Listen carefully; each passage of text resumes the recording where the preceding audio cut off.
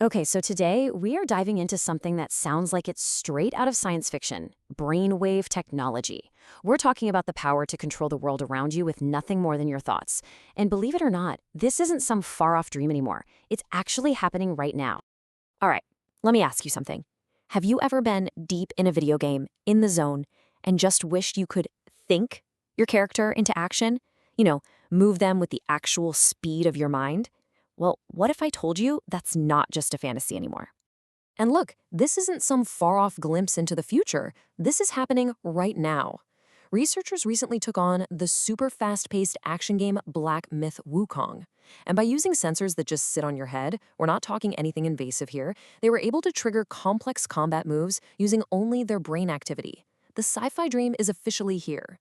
For decades, yeah, mind control has been a total staple of science fiction. But today, it's a real-world technology, and it's growing fast.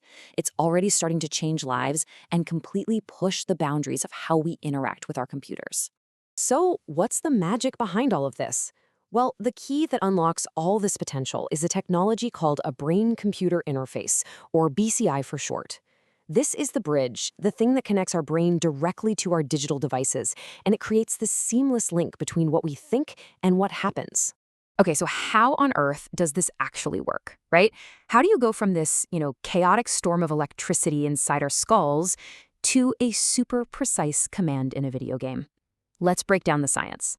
At its very core, a BCI is basically a system that just listens to your brain.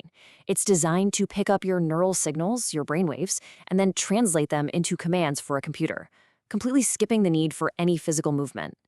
It's a direct line from your thoughts to an action. This whole complex process really boils down to 4 key steps.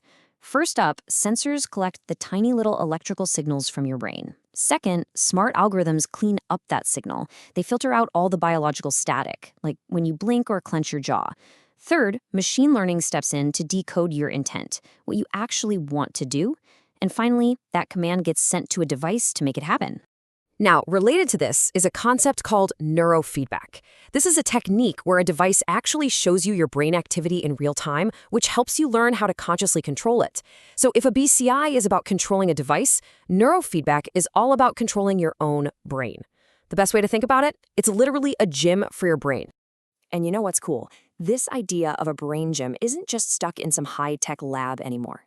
Let's take a look at how this advanced technology has made its way right into our living rooms, with consumer devices you can use right now. Man, the journey of this tech into our homes has been a pretty wild ride. It really kicked off for everyday people back in 2007, when a company called Neuroscience released the first affordable EEG headset. Just 2 years later, Mattel launched the MindFlex game, where you could literally make a ball float with your concentration. And then in 2012, we got mind-controlled cat ears. I mean, come on. It just shows you the evolution from serious tech to quirky fun and now to really sophisticated wellness tools.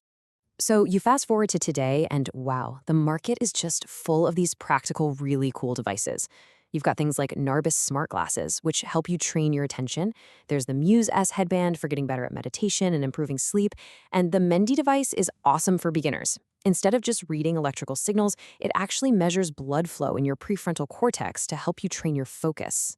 So as you can see, there's a device for pretty much any goal and any budget. And can we just talk about the designs for a second? They have come such a long way from those clunky lab helmets. Today's devices are sleek, they're designed to fit right into your life, whether they're smart glasses, headphones, or even these new discreet earbuds. The whole goal is to make this technology feel totally normal to wear. But, as cool as all these wellness gadgets are, the real, true power of this technology, it lies so much deeper. Let's explore some of the most profound, life-changing applications out there. The most profound, the most significant impact BCIs are having right now is in the field of neurorehabilitation. For people with neurological conditions that make it hard to move or communicate, this technology is offering a level of hope, independence, and connection that was just unimaginable before. I mean, just look at what's being achieved here.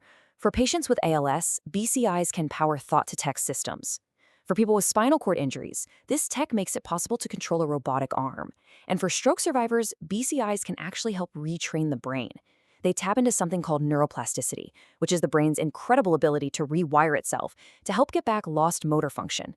This isn't just an improvement, it's a revolution in care. And this quote, man, it just perfectly captures the heart of all this. This isn't just about a cool piece of tech. It's about restoring a fundamental human need, the need to connect with the world and communicate with the people you love. All right, so where do we go from here? I mean, as incredible as all this is, we are really just scratching the surface. So let's take a peek at what's on the horizon for brainwave tech. And the world is definitely taking notice. How about this for a number? $28 billion. That's what the global market for neurotechnology is projected to be worth by 2032. A number that big tells you there is a huge amount of investment, research, and just sheer belief in where this field is going. So when we look ahead, there are three really big trends starting to emerge. We're seeing multimodal sensors that combine different readings to get a much richer picture of brain activity. We're seeing deep integration with VR and AR, and maybe the most exciting of all are closed-loop systems. These things don't just read your brainwaves, they can actually respond with targeted stimulation, creating a real-time conversation with your brain to do things like boost your focus. But, and this is a big but, with all of this amazing potential come some really profound questions. This quote frames the central challenge perfectly. As this technology gets better and better at reading our minds, we have to start confronting some serious ethical issues about the very nature of privacy. And that really leaves us with one last massive question to chew on. As we create this incredibly seamless link between our brains and our technology, we start to blur the lines of where we, as a person, end and where the machine begins. It's a frontier that is just as philosophical as it is technological, and it's one we're all going to have to navigate together.